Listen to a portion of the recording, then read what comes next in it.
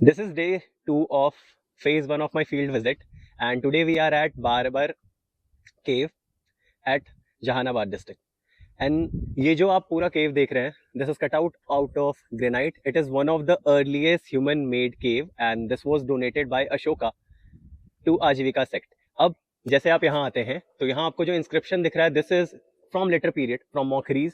तो ये 6th century AD के टाइम का इंस्क्रिप्शन है. द इंस्क्रिप्शन जो हमारे कंसर्न का है is Ashoka, cause I am working on Ashokan Brahmi.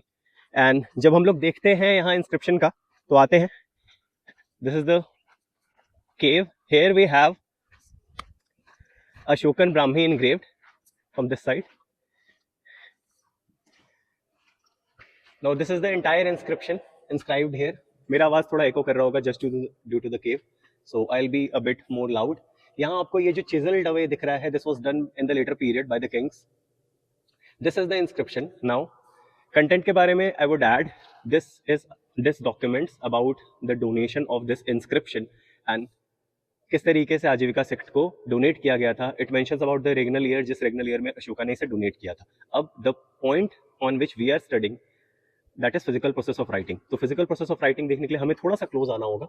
यहाँ पे जब हम लोग देखें जो भी लेटर फॉर्म्स है, I checked the tool that was used, उसका थिकनेस 1.8 to 2.5 mm तक होगा. यहाँ लेटर फॉर्म्स के जो हाइट है, दे आर नॉट यूनिफॉर्म.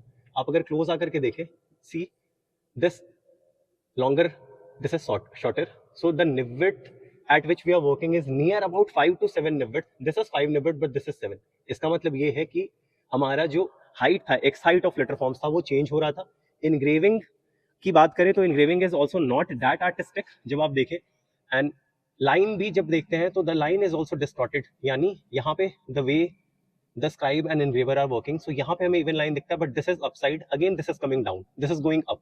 तो वर्ड स्पेसिंग, लेटर स्पेसिंग, इसके अलावा जो एक्स हाइट है हमारे लेटर फॉर्म्स का, वो भी चेंज हो रहा है. तो आप यहाँ act of writing and engraving की जब बात करते हैं, दो ये थर्ड फेज ऑफ इंस्क्रिप्शन है. यानी कल का जो इंस्क्रिप्शन हमने सासाराम में देखा था, वो फर्स्ट फेज का था. ये अशोका के बाद के पीरियड में एनग्रेव किया गया था, but that was way more artistic and well technically executed than this inscription that we are seeing here. So this was about physical process of writing. We'll be seeing the next few inscriptions in my field visit. Thank you.